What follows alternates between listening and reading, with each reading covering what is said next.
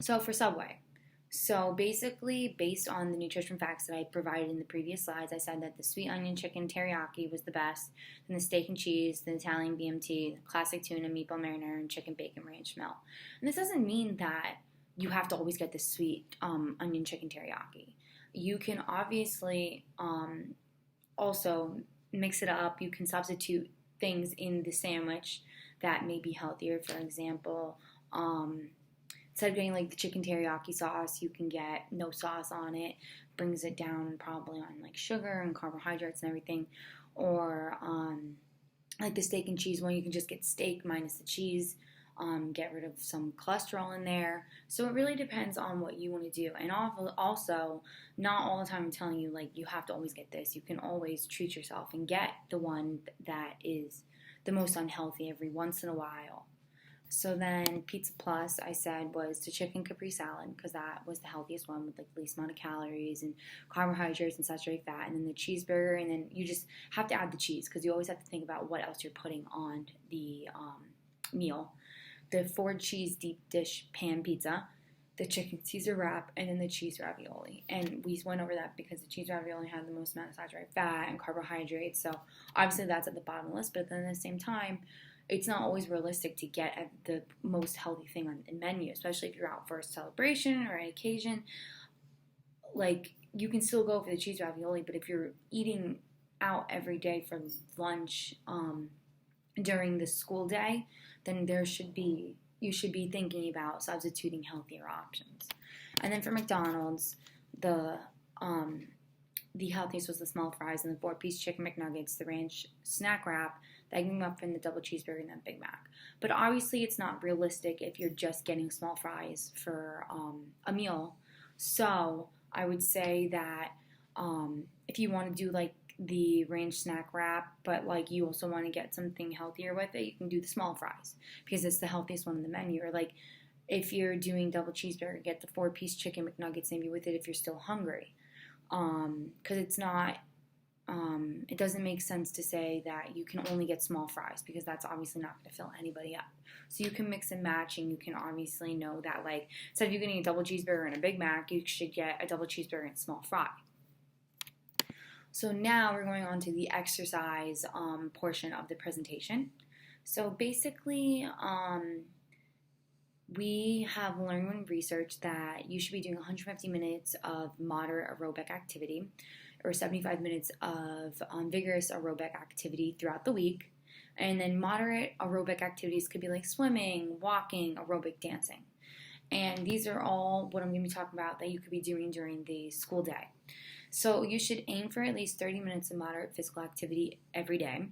And I know it's hard to be teachers and working 9 to 3 every day and trying to fit in some type of exercise. So that's why I'm here to try to guide you in the right decision towards food and exercise, so then you can be aware that like even when you're working, you can still incorporate the proper nutrition and exercise in your daily routine.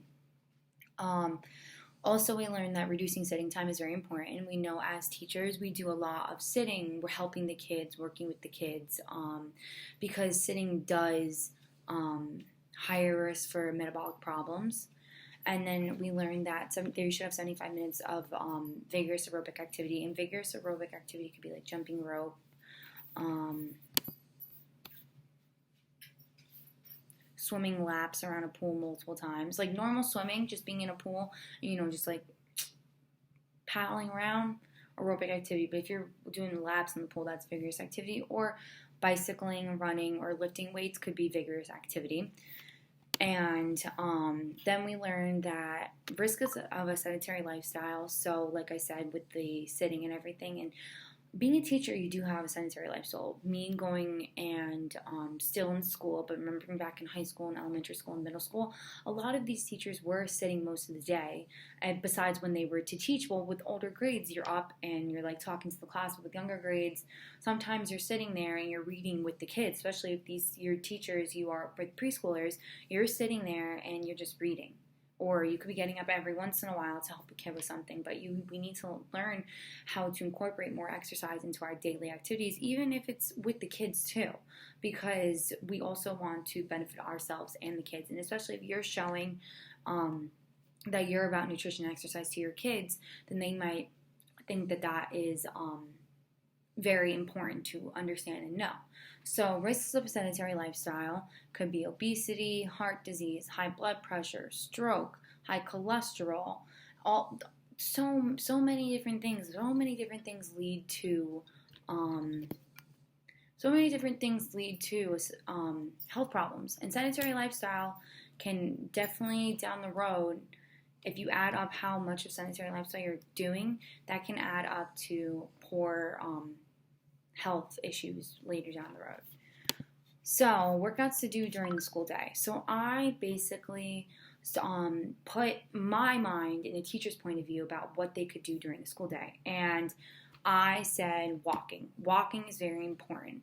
Either it be up and down the stairs in the school, because I know the Pine Bush Elementary School does have a lot of stairs going to the second floor. Even if you're teaching on the first floor, if you have a teaching break or you have a period off, go walk up and down the stairs and bring up or go outside if it's starting to get nice outside and you want to take a nice little break or a breather from work. Outside is the perfect option for you to get fresh air and also get some walking in. And I also talked about the buddy system in my presentation. I have learned that creating a buddy that wants to eat well and wants to work out with you can both make the workout easier because you're doing it with somebody and you're motivating each other. So once you're motivating each other, it's easier to get the exercise done, and it becomes a daily routine now, and you guys are both bettering your health. So then I also said outside during recess. I know a lot of teachers do go outside with kids during recess, but also some don't. So I think it's very important that you should go outside and you should be playing with the kids that you're teaching. It also creates a better relationship between you and the kids, and it gives you exercise so you can go outside during recess. Or I also said that you should take advantage of the gym during either your lunch break or your off period, and you could go into the gym when it's not being used. You can walk around the gym, jumping jacks, jogging, running, whatever you are comfortable with. As long as you're getting those minutes of moderate, 150 minutes of moderate exercise or 30 minutes a day, then you're on the right track. And then I said exercise with your students, which you could, if you're teaching older kids and you want to take a break and get the kids up, you could do a quick stretching, you could do some quick yoga, you can do some quick jumping jacks, whatever your kids and you find interesting, it's perfect. So now I broke it down easy exercises to do that could be at work that don't need equipment like if you were in the gym. So I said walking, jogging, recess activities like I already said. So the kids are playing kickball, jump rope, hopscotch, wall ball. You don't have to play wall ball, but at least getting in there and helping maybe the kids play or teaching them and stuff or doing hopscotch with them or jump rope, that's really good moderate activity. And then I said crunches, jumping jacks, push-ups, and burpees.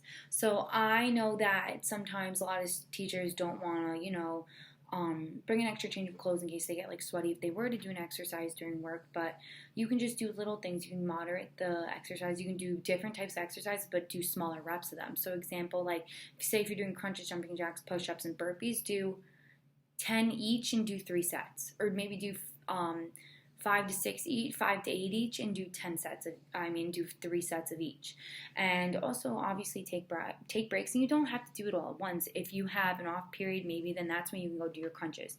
Or if you a 15-minute break, go ahead and do some jumping jacks. As long as it is you getting your exercise in throughout the day. And then I also have just a YouTube video, and the YouTube video shows different types of yoga poses and stretching that you can do at a desk. So I think that's very beneficial for teachers, because I know every teacher, they have their desk where they sit and do schoolwork. So you can go ahead now, watch the yoga video, and then if you have any questions afterwards, feel free to ask me, and I will explain any questions that you need. Thank you.